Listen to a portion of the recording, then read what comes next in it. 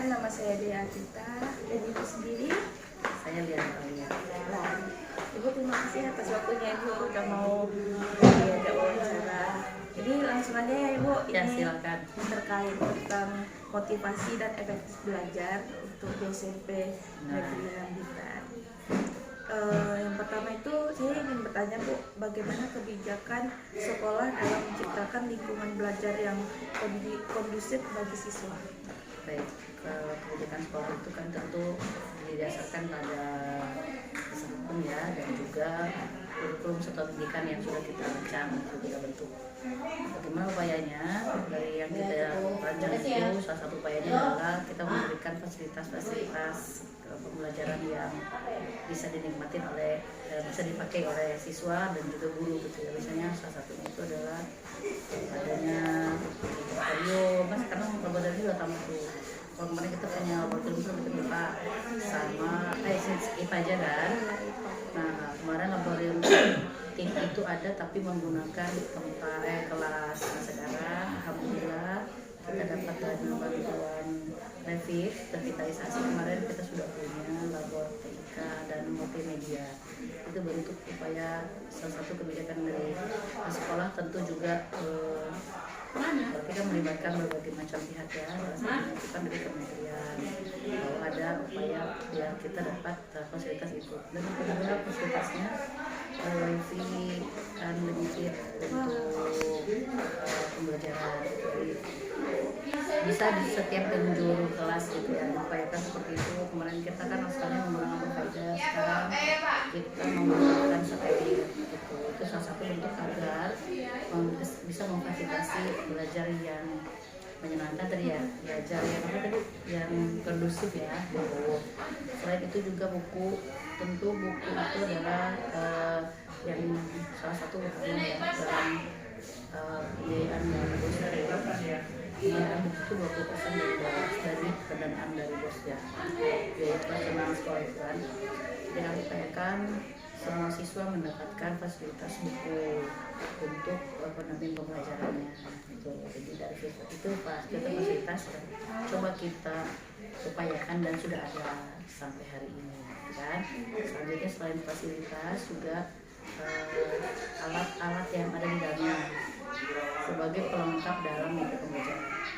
Salah satunya kalau di labor tentu alat-alat elektronika, alat-alat peraga olahraga, alat-alat peraga mata pelajaran lain seperti amal, ya kan PAI, kemudian IPS dan sebagainya. Insya Allah itu kami tetap upayakan sediakan, baik menerima bantuan dari kementerian atau dari dinas pendidikan ataupun upaya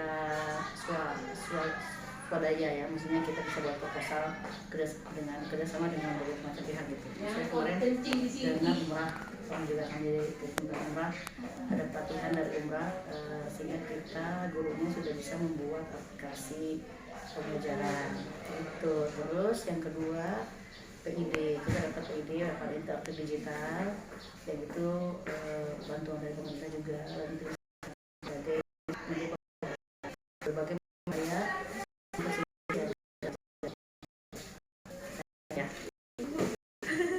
Terus lanjut lagi Bu, apa saja program yang dilakukan sekolah untuk meningkatkan kenyamanan dan kedisiplinan lingkungan sekolah?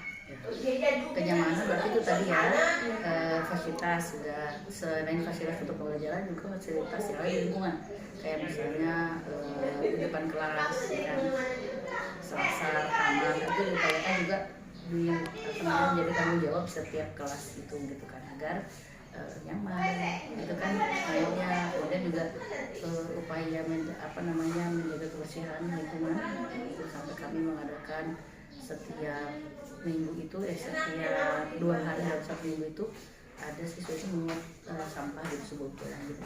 Kebersihan diri, kebersihan lingkungan itu juga salah satu betul. Selain itu untuk yang kedisiplinan tentu ketika masuk sesuai dengan jam, kemudian istirahat dan pulang seperti itu. Ya, salah satu upayanya adalah bagaimana dari kami sendiri sebagai guru yang memberikan teladan. Jadi kalau jamnya masuk walaupun tidak menyuruh orang lain, yang menyuruh gurunya, beliau sudah masuk ya biasa dia di luar kan, seperti itu selalu untuk disiplin ketika pembelajaran. Jadi gitu, lingkungan dan juga dari gurunya sendiri. Terus selanjutnya Ibu, menurut Ibu nih, sejauh mana lingkungan sekolah memengaruhi motivasi belajar? Banyak sebenarnya pengaruh lingkungan sekolah itu dalam memotivasi belajar ya, karena anak kita itu maksudnya siswa itu kan dia setengah harinya itu berada di lingkungan sekolah, berarti kan lingkungan sekolah itu sangat mempengaruhi motivasi mereka belajar. Selain fasilitas fisik juga teman-teman sebaya di antara mereka gitu kan. Nah, diupayakan memang dalam setiap kelas itu ada pembentukan kelompok. Itu salah satunya untuk membangun mereka berkolaborasi, nyaman belajar gitu kan. Dan kelompoknya itu diputar gitu, nggak biar tidak terjadi geng-gengan gitu ya. Jadi seperti itu mempengaruhi motivasi belajar. Jadi ada siswa yang memang belajarnya meningkat ketika dia disatukelompokkan dengan teman-temannya yang memang punya motivasi belajar yang tinggi, akhirnya terbawa gitu kan, terbawa nilainya naik gitu kan, kemudian tanggung jawabnya nampak ketika dia misalnya praktek ya, kalau bukan belajar IPA kan, praktek IPA nih gabungkan dia dengan yang rajin gitu kan, dia akhirnya dia ikut rajin gitu kan. Hal itulah yang menunjukkan bahwa lingkungan sekolah itu mempengaruhi motivasi belajar siswa. Ya Bu, selanjutnya apa kendala yang dihadapi dihadapi sekolah dalam menciptakan lingkungan belajar yang efektif?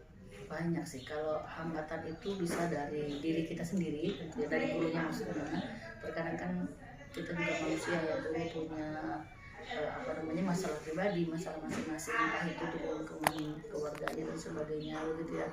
Tetapi ketika kita masuk ke sekolah, kita masuk ke dalam kelas, kita harus menjadi orang yang paling memuaskan, yang bisa memuaskan siswa gitu ya, yang sudah melupakan semua masalah-masalah pribadinya begitu kan. Dan itu memang yang masih diupayakan oleh guru-guru kita gitu ya, bahwa ya saya masuk ke kelas, saya dengan sebagai pribadi yang menyenangkan sebagai seorang guru gitu kan, entah di belakangnya kita punya masalah apa gitu itu. Tapi insya Allah sih sejauh ini deh teman-teman pendidik di sini, guru-guru karena sudah senior kan, jadi sudah terbiasa dengan ya tidak pernah membawa permasalahan keluarga atau individunya di dalam kelas gitu ya.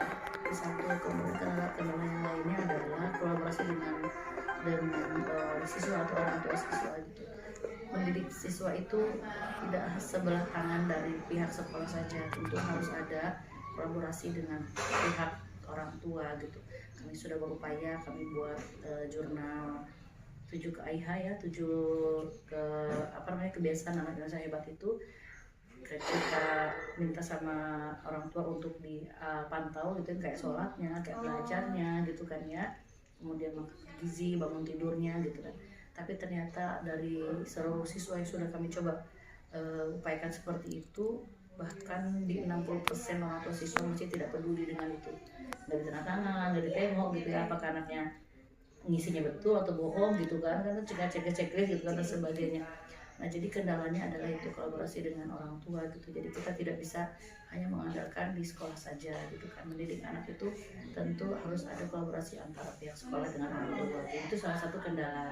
Akhirnya bisa jadi membuat tidak nyaman di lingkungan sekolah. Itu salah satunya itu, ketika di sekolah kita push anak untuk apa, di sekolah di rumahnya dia dibiarkan, nyampe sekolah ya akhirnya jadi kayak mental lagi gitu kan. Nah seperti itu, jadi itu kendalanya. Yang selain itu, kendala yang lain adalah juga yaitu di lingkungan keluarga mereka, lingkungan keluarga siswa, mempengaruhi siswanya itu ketika masuk ke sekolah. Dia punya beban, misalnya dia di keluarganya, entah keluarganya broken home, entah keluarganya bagaimana gitu ya, datang ke sekolah dia dalam kondisi punya beban. Jadi ketika mau belajar pun kita sudah berikan fasilitas yang baik, kita sudah dengan senyum yang merekah dari gurunya, teman-temannya sudah dibuat lingkungan yang baik, tapi dia murung atau dia nggak motivasi belajar karena dia punya beban. Jadi hal itu yang jadi kendala. Dan itu banyak, bukan hanya 1-2 orang di sekolah. Gitu. Bagaimana hubungan sosial antara guru dan siswa dalam mendukung suasana belajar kondusif?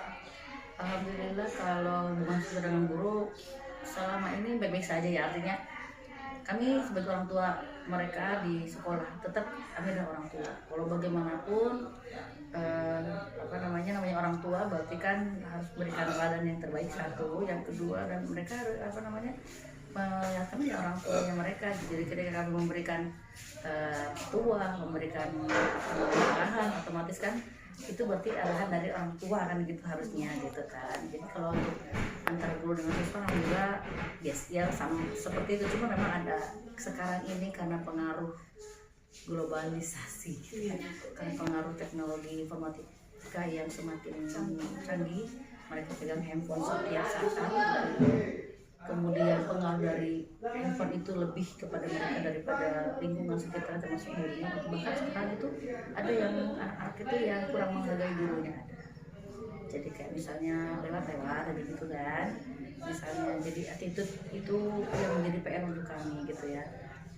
Kadang-kadang menganggap kami seperti temannya sendiri gitu ya, kayak hai gitu kan karena kita kan guru, kita kan orang tua ya, harusnya kan ya bu gitu kan, emang enggak kayak gitu. Jadi bahasa tubuh karena terbiasa mereka dari itulah ya, dari sosial media dan sebagainya gitu. Itu sih yang menjadi kendala. Cuma kalau untuk selama ini kalau dalam kelas dari 30 orang siswa ya paling 1-2 orang yang memang masih seperti itu gitu kan. Bahkan ada yang membuli guru ada gitu, ada juga ya, seperti itu, membuli guru dengan menyebutkan nama-nama kurang baik gitu kan, memberi label itu ada gitu. Tapi kalau kami tidak pernah maksudnya menganggap itu sebagai sesuatu yang besar, tetap kami panggil, kami ajak bercerita gitu anaknya ya, kenapa sampai memelabeli kami seperti itu gitu. Pernah ada kejadian seperti itu kan, tidak lantas kami jadi dendam sama dia lalu kami jadikan nilainya paling jelek, tidak, karena tidak diinginkan sampai besar itu. Apakah terdapat perubahan semangat belajar siswa ketika lingkungan sekolah berada dalam kondisi nyaman dan tertib itu? Ada tentu, kayak kemarin misalnya ini kan kita sudah fasilitasi dengan laboratorium, contoh lah ya yang terbaru ya, kita punya laboratorium baru, anak-anak sekolah belajar di situ pakai PIJ kan, jadi anaknya nyaman sana, dia bisa menggunakan papan internet digital itu kan, itu udah kayak Android kan papan itu, jadi mereka iya kayak smart TV gitu kayak Android kan, jadi mereka bisa belajar di situ bareng-bareng sama gurunya gitu. Dan itu meningkatkan kenyamanan mereka belajar, iya, dan juga meningkatkan selain nyaman, semangat, nilainya itu lumayan gitu kan. Jadi gitu ya bu, jadi belajarnya lebih, karena namanya interaktif, jadi lebih interaktif seperti itu. Jadi yang baru-baru ini ya, misalkan karena itu yang baru kan. Sebelum itu juga kayak belajar dengan IPA kan, IPA juga belajarnya kan banyaknya kami juga tidak hanya dalam kelas kan, mulai dalam laboratorium, karena kami di lingkungan, materinya tentang lingkungan, materinya tentang ekosistem gitu kan, bagaimana anak bareng-bareng membuat satu ekosistem ini misalnya kan, kolam dan sebagainya. Dan itu menyenangkan buat mereka gitu, dan itu bermakna. Yang paling penting buat mereka, buat kami, pembelajaran itu bermakna. Jadi bukan cuma belajar dapat nilai, tapi ada maknanya. Oh iya, berarti setelah belajar ini saya harus apa gitu kan, gitu. Misalnya saya harus tidak boleh buang sampah lagi, saya harus sayang dengan tanaman kan, kayak gitu ya. Itu contoh. Ini yang terakhir Ibu, bagaimana upaya guru dalam menciptakan suasana belajar yang efektif di kelas? Upaya guru banyak hal yang diupayakan oleh guru ya, di guru kita di SMPLM ini ya. Salah satunya itu tadi memanfaatkan fasilitas yang sudah ada kan, itu salah satunya kan, kayak misalnya tadi memanfaatkan laboratorium dengan PID-nya, memanfaatkan labor IPA dengan alat-alat labornya gitu kan, kemudian juga memanfaatkan perpustakaan dengan buku-bukunya, kemudian dengan Infokus kan sekarang sudah ada hampir di setiap kelas itu bisa kita isi, cuman kan kita nggak permanen kan sekolah kelas kita nggak terkunci rapat ya, ini kalau permanen kan nanti ada yang maling gitu kan. Tapi insya Allah guru-guru itu gampang untuk misalnya sekarang saya belajar pakai ini, dengan dia pasang gitu kan, seperti itu. Jadi itu upaya guru kami untuk bisa memfasilitasi pembelajaran agar kondusif, agar ada interaktif belajarnya gitu kan, agar menyenangkan seperti itu. Termasuk misalnya kalau belajar belajar kayak kemarin praktek nari ya, memang langsung dengan prakteknya gitu kan. Bahkan kami sudah berikan fasilitas baju nari sebagainya. Jadi ada apa ya, ada hal-hal yang memang itu sudah diupayakan oleh sekolah, diupayakan juga oleh guru-guru. Nah, tinggal ya siswa ini mau atau tidak gitu mengikuti belajar seperti itu. Baik Ibu, mungkin pertanyaannya sampai di sini aja. Mungkin pertanyaannya ada yang bikin Ibu gimana, ya mohon maaf Ibu. Baik Ibu, terima kasih juga atas jawabannya yang sangat memuaskan.